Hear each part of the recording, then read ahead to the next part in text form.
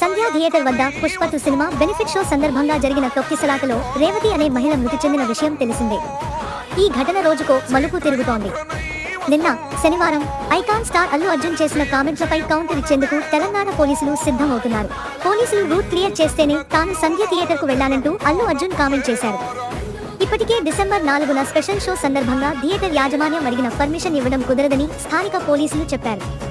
ఇదే విషయాన్ని సీఎం రేవంత్ రెడ్డి అసెంబ్లీలో కూడా ప్రస్తావించారు. అయితే సీఎం రేవంత్ చేసిన కామెంట్స్ పై స్పందిస్తూ అల్లు అర్జున్ పలు వ్యాఖ్యలు చేశారు.